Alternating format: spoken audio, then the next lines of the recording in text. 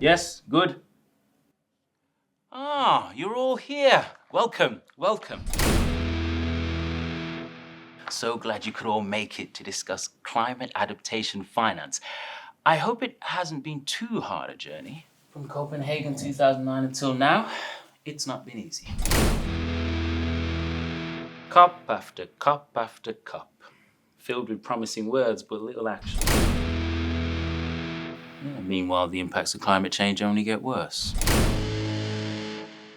Yes, look, I know it's been a bumpy road, but this time we really have the answer. So, say goodbye to all the chaos and destruction of floods, heat waves, and wildfires, and say hello to long-term prosperity. So you'll finally be honoring the Paris Agreement. It's about time, no? It feels like only yesterday when you made that promise to me on the banks of the Seine.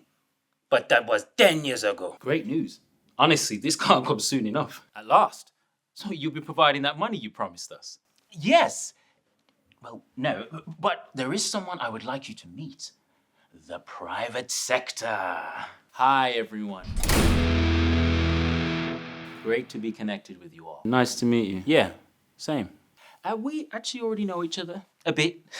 How's it going? There is so much potential in you guys working together on this. Sorry, just to be clear, this is how you think we're going to get the money to close the adaptation finance gap?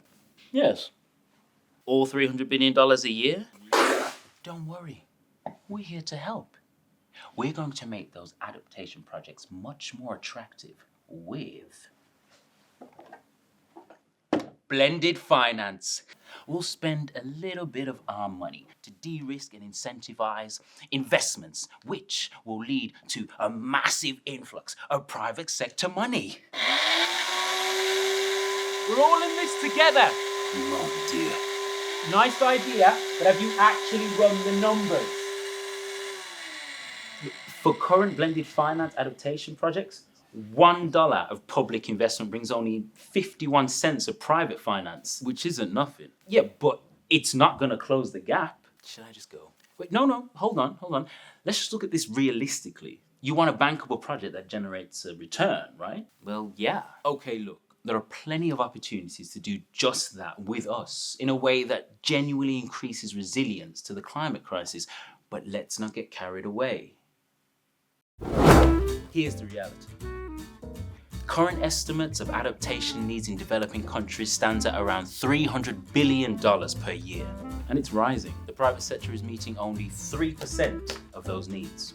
Yeah, and most of that is with us, and almost none of it with us. With the right approach, this could go as high as 15%.